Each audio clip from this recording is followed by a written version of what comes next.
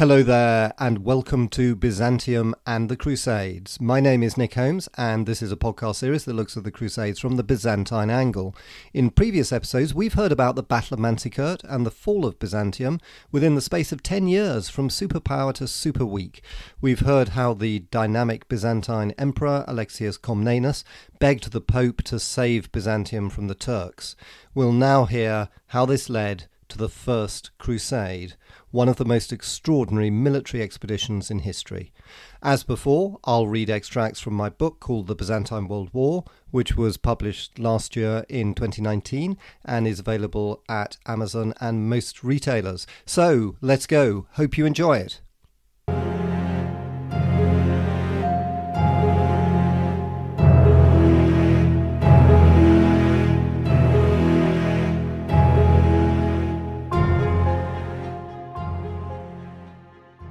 The First Crusade began on a cold, wintry day on the 27th of November 1095 in a field outside the city of Clermont in southern France.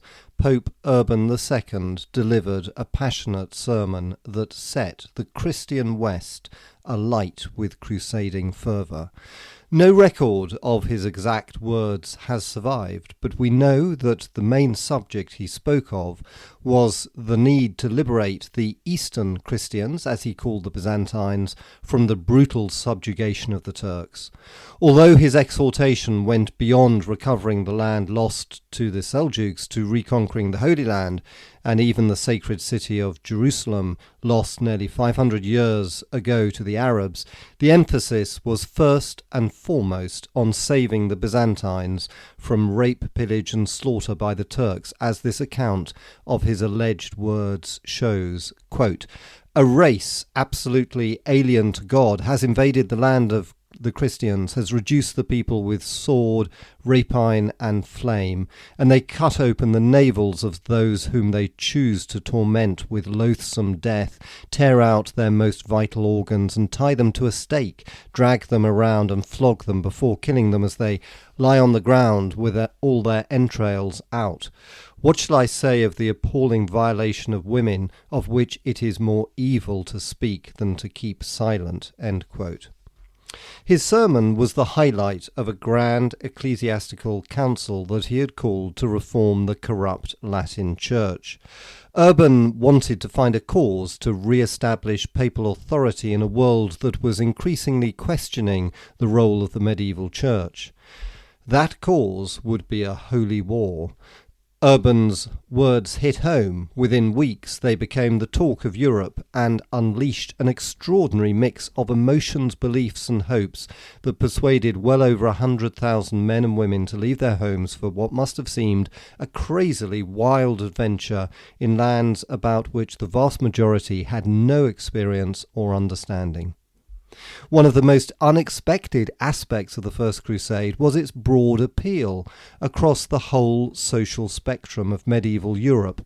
It was a genuine people's movement without the participation of the monarchies of Germany, France and England.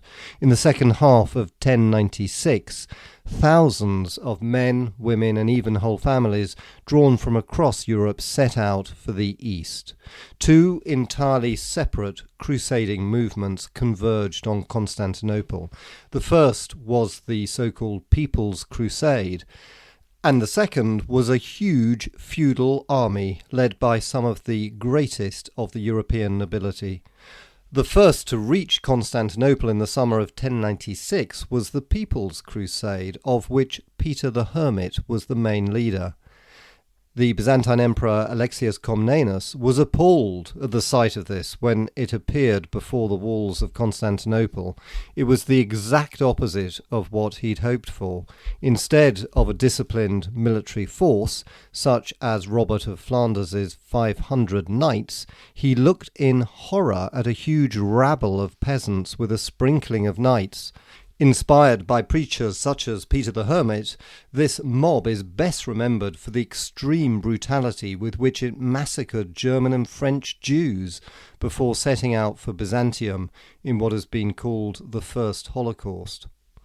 Alexius ferried this rabble across the Bosphorus as quickly as possible, in spite of the People's Crusade having perhaps 1,000 knights and a few thousand foot soldiers.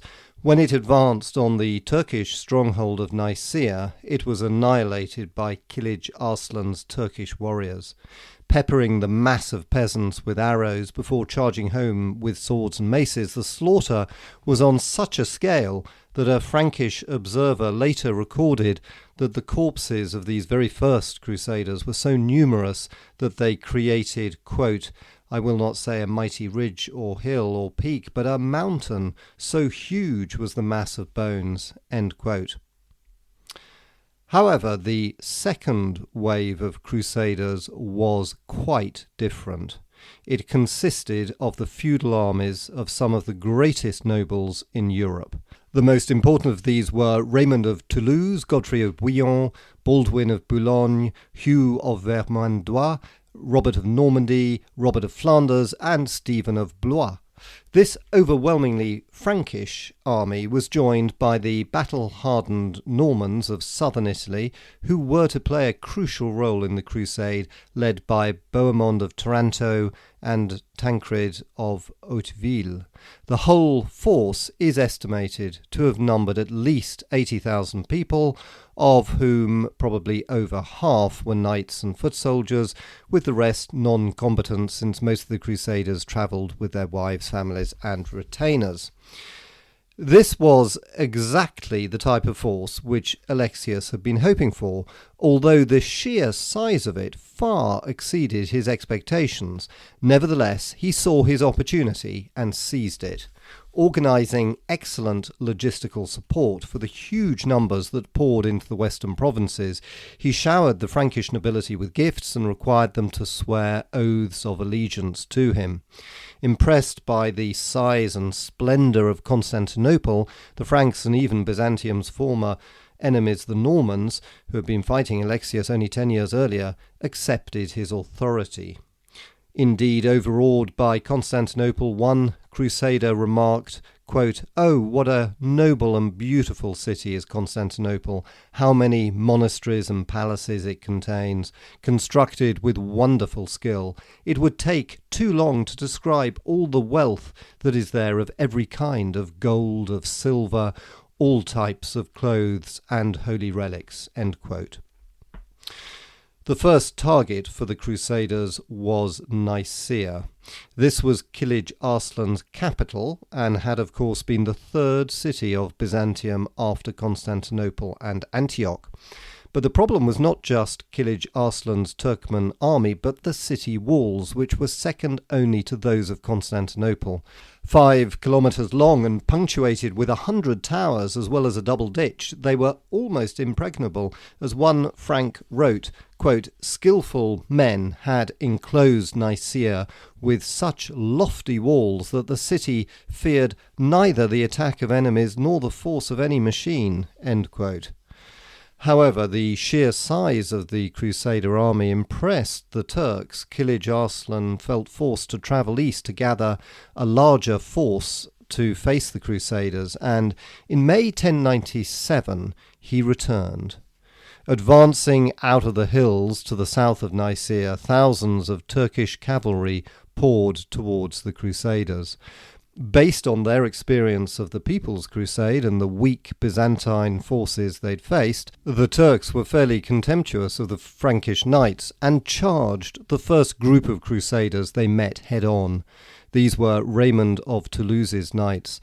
But the Provençal knights held their ground, and when Bohemond's Normans charged the Turks in the flank, the Turks broke and retreated. Although this wasn't a decisive victory, and Kilij Arslan retreated with the bulk of his forces intact, it marked a new beginning. The Crusaders were clearly a force to be reckoned with. But taking Nicaea was more difficult. The siege dragged on into June.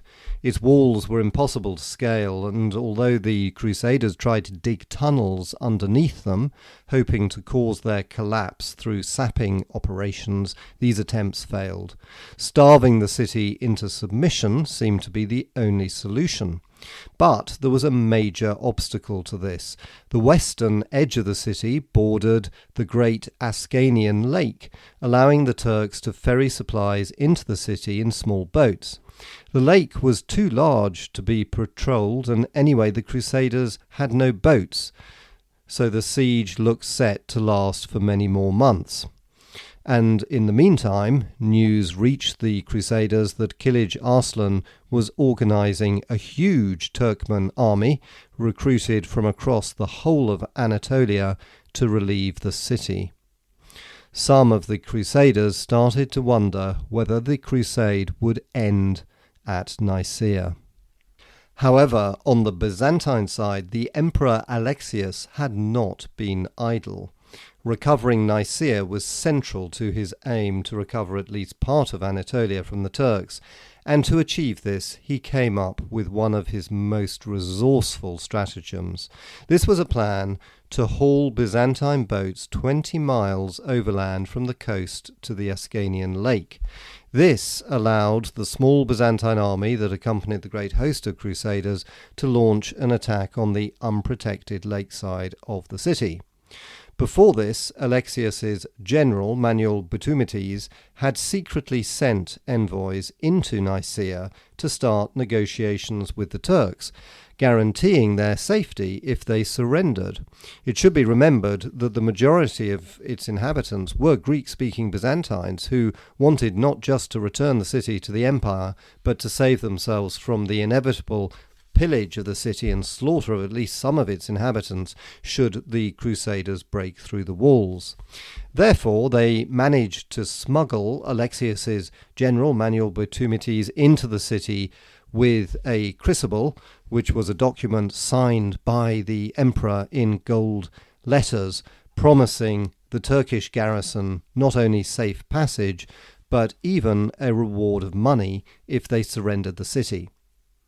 The Turks agreed, and Alexius sent the small fleet of Byzantine ships across the lake to the city walls.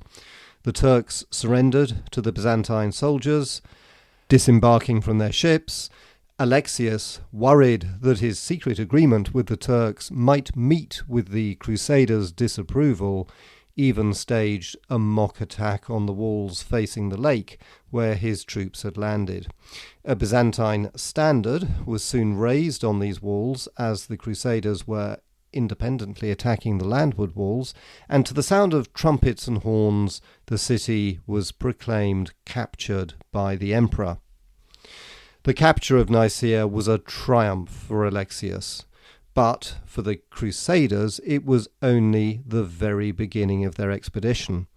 Jerusalem still lay over 1,000 miles away, deep within Seljuk Turkish territory, and Kilij Arslan was hurrying towards Nicaea with a large army of Turkmen. The Crusaders were about to have to fight a major pitched battle against the Turks if they were to proceed any further in Anatolia. But Alexius was anything if not cunning, and he wanted the Crusaders to continue to rid Anatolia of the Turks. So he held a council of war with them and advised them to march across Anatolia to recapture the other great city of the Byzantine East, Antioch, which was, of course, on the route to Jerusalem. Not only would the recapture of Antioch be a huge gain for him, but just as importantly, as the Crusaders advanced across Anatolia, they would draw the Turks away from the eastern Aegean, allowing him to launch his long-awaited offensive to recover the islands and cities on the coast that had fallen to the dangerous Turkish emir Chaka, based at Smyrna. Indeed, this strategy was to prove remarkably successful, and Smyrna, Ephesus, and all the towns and islands in the eastern Aegean were recaptured by the Byzantines in the course of 1097-8. But Alexius made one crucial mistake. He underestimated the potential of the Crusaders. After recapturing Nicaea, he didn't want to risk sending troops with them, and only dispatched his most trusted general called Teticius with them to help in choosing the best route and securing provisions. One of the biggest challenges facing the Crusaders was logistics, given the sheer size of the Crusader army, which still numbered over 70,000 people, maybe half of whom were non-combatants. Since such a large force needed to live off the land, it was decided to split it into two. It was just the opportunity the Turks had been waiting for. All the Normans from both Sicily and France, together with some of the French knights, moved together in one group led by Bohemond, Robert of Normandy and Stephen of Blois, while the main army of Frankish knights, led by Godfrey of Bouillon and Robert of Flanders, formed a separate column. The two armies agreed to meet at the now disused Byzantine military base at Dorylaeum in Phrygia. But little did they know that Turkish scouts were watching their every movement. Bohemond reached Dorylaeum on the 30th of June and set up camp, waiting for the Franks to join him.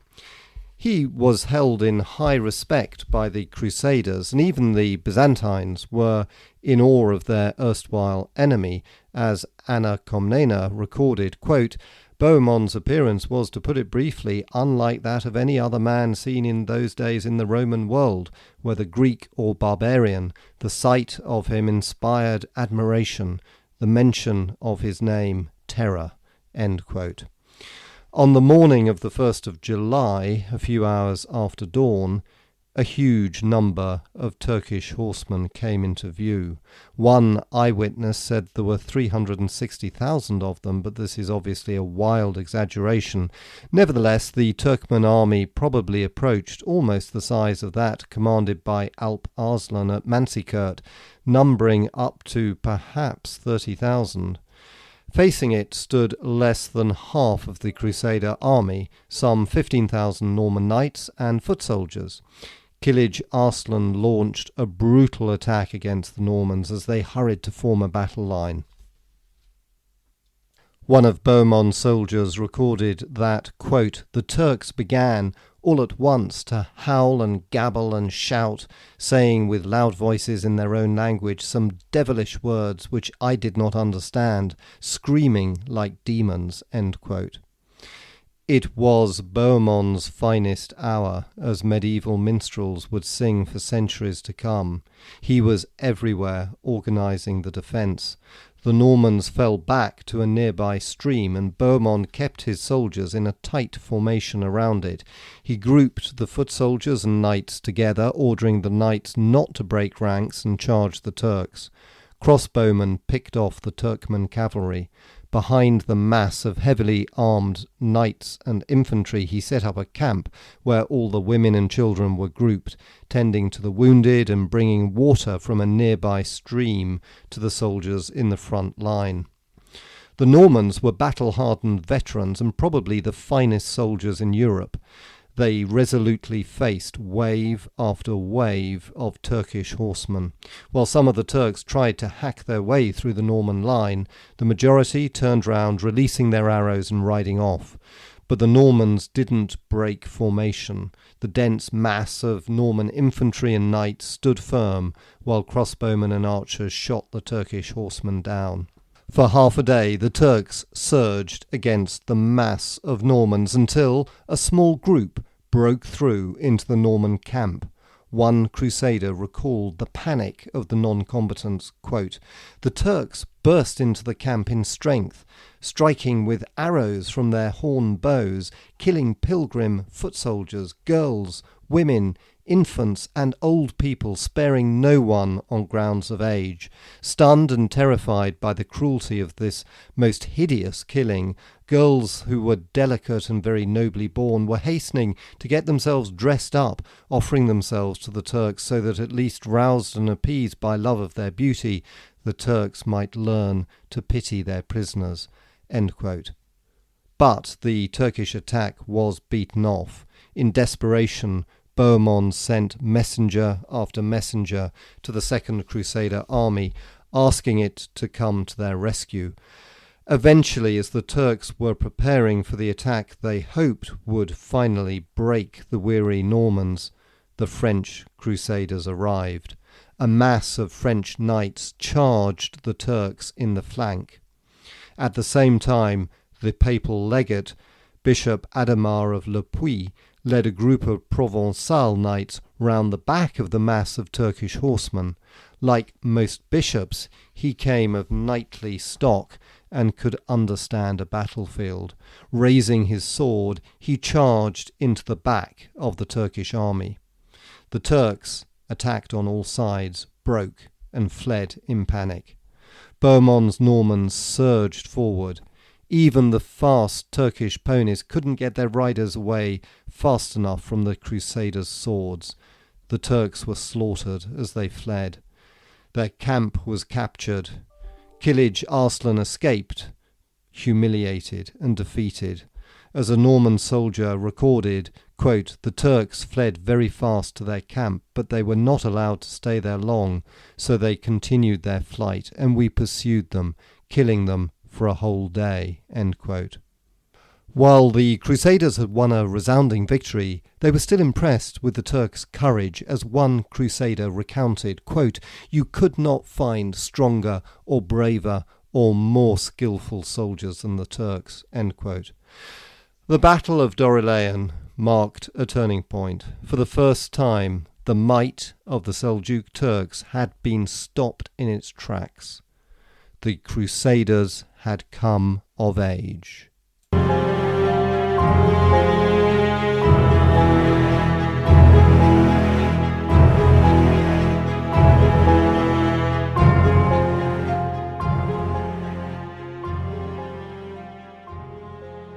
And that ends this episode. Hope you enjoyed it. If you did, I'd be hugely grateful if you left a review on Apple Podcasts or anywhere. Indeed, for listeners in the UK and the US, I'll send you a free copy of the audiobook of the Byzantine World War if you leave a review in Apple Podcasts. Just email me on byzantiumandthecrusades@gmail.com. and I'll send you back the code to download your free audiobook. Couldn't be simpler.